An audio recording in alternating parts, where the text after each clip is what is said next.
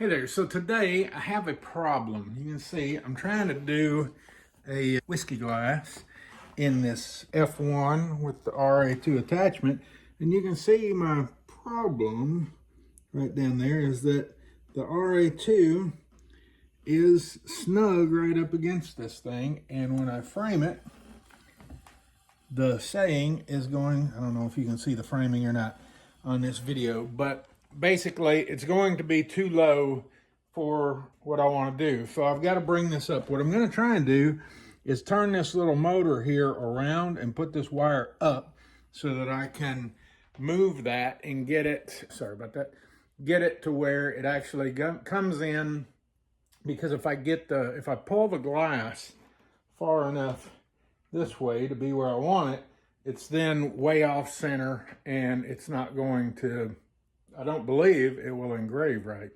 So anyway, I'm going to try and move that motor, and I'll try to do my best to do a little video of how to do that anyway, or some pictures or something so you know, because I wish xTool would just do that. It shouldn't make a difference. It's just a little motor, so, and where it plugs in. But I'll get back to you on the, well, when I start working on it. Thanks. Hey there, this video angle is a little weird, but anyway, I believe, I haven't done this before, so we've got 4 screws here in this motor, and I want to take this off. I'm hoping that when I take those off, that this little pulley here will loosen so I can get this belt off without damaging it, and that's my main concern right now.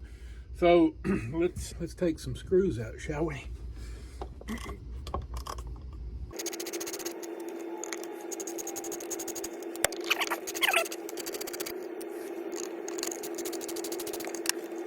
Okay, so I've got the 4 screws out. This thing is not loose at all. So there are some more screws on the back side here, and I've got to go, that is a special screw, I believe. So I'm gonna have to go and grab the kit that this thing came with and see if I can pull that off too. And I'm not able to get this wire out again. I wish I could. I'd like it out of my way. But, well, anyway, let me go get those other screwdrivers and I'll be back. All right, so now I've got the little screwdriver that came with the RA2, and I'm getting ready to break these loose and take them off of here, and then we'll see what we've got from there.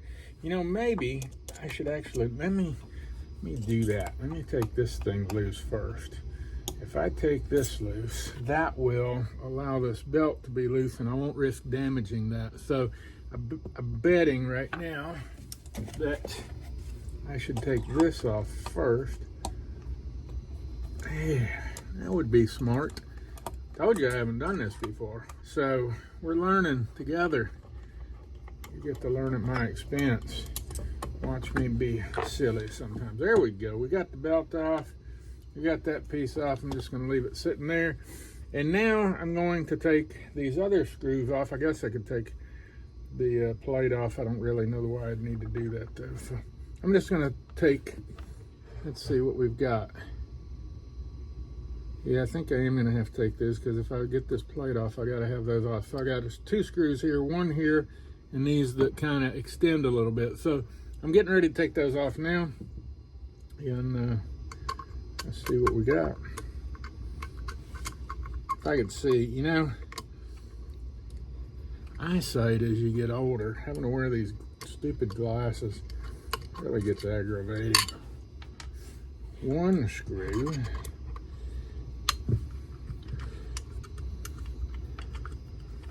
You know, when I was 20, up to, I guess, about 44 before I needed reading glasses. Felt pretty good, because the eye doctor told me I was gonna have to have them at 40. I got an extra 4 years out of my eye, so I'm feeling pretty good. But I've got to have them now or else everything's blurry.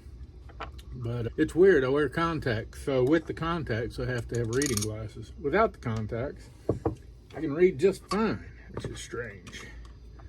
But who knew? Anyway, let's get here.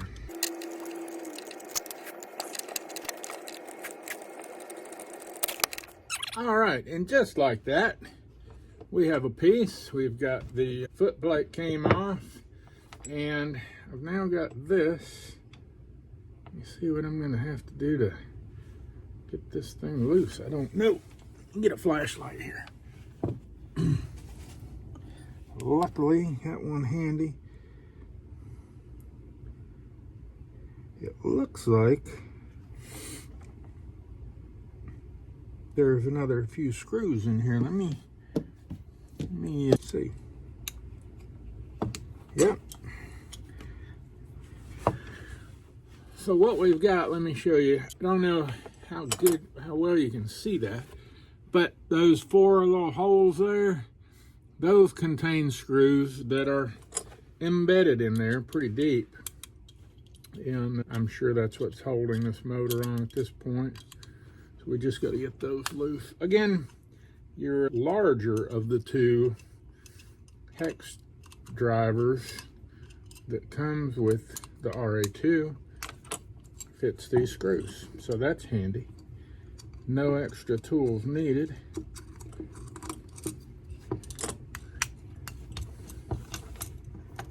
Oh yeah, we're loosened up now. See if I got them all out. Wow, no.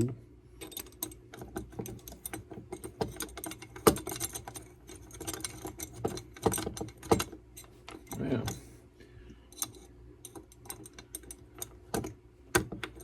sorry, I know I'm getting my arm in the way. I'm just loosening these screws though. All right, so here we go. I want to keep, this is loose now. I've got the whole thing loose. So what I want to do is keep this thing in order. This little plate has come off the side. All right, so, well, I'm trying to do this so you can see. So what has happened is this whole piece has come off. Well, that belt's already come off. I didn't want that to come off. No, it's not. All right, so this whole plate's come off. I've got this thing turned up. I'm just gonna slide it back in, do my best to get those screws lined up again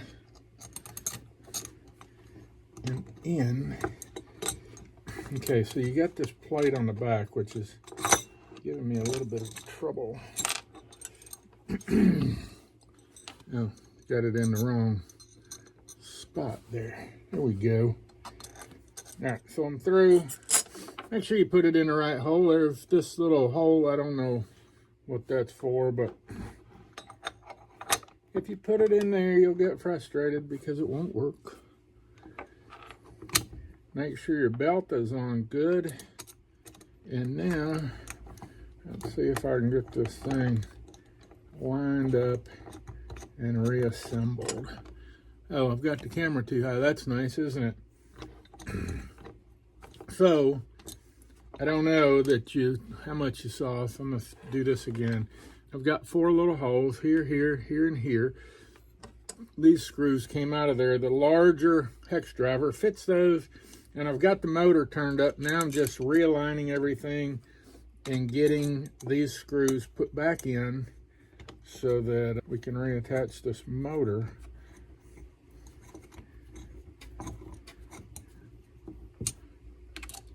All right, don't want to, you probably know already, but if you're putting screws in like this and you've got to put multiples, it's best not to tighten one all the way until you've got them all started anyway. So that's what we're doing. I guess I could turn it up like that. A little easier. All right, one tight. I would say don't over tighten this, because I'd say it'd be pretty easy. They're pretty small parts, and I'd say it'd be pretty easy to strip these out, and that would be awful. All right, so now we've got the motor put up. I've got a problem because I unscrewed all that and I guess I didn't need to. So let me put this back plate back on. It's trying to come off on me, and I do not want that. Let me try and get that set again real quick.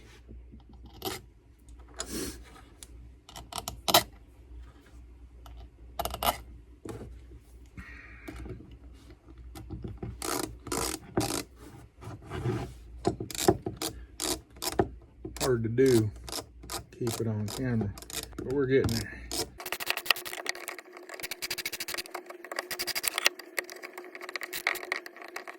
All right, that is tight again. I would say don't pull these screws out. I don't think they did anything to help me move this, so don't pull those screws out if you're doing it. Just do the screws on the inside here. And now we can put this plate back on, and we should be about ready to get back to work. Engrave a whiskey glass. Okay, I think, yeah, just try it, right? Yeah. Again, smaller hex driver on these. I would also say do this at your own risk. I don't know why this would void a warranty, but, you know, it might. I don't know. No guarantees on that as far as warranties go. Doing this at your own risk. Doing this at my own risk. All right, now we got to put the foot plate back on, so let's do that. This RA2 was probably the most intimidating part of my xTool stuff. It had so many parts. Turns out it wasn't nearly as difficult as I thought.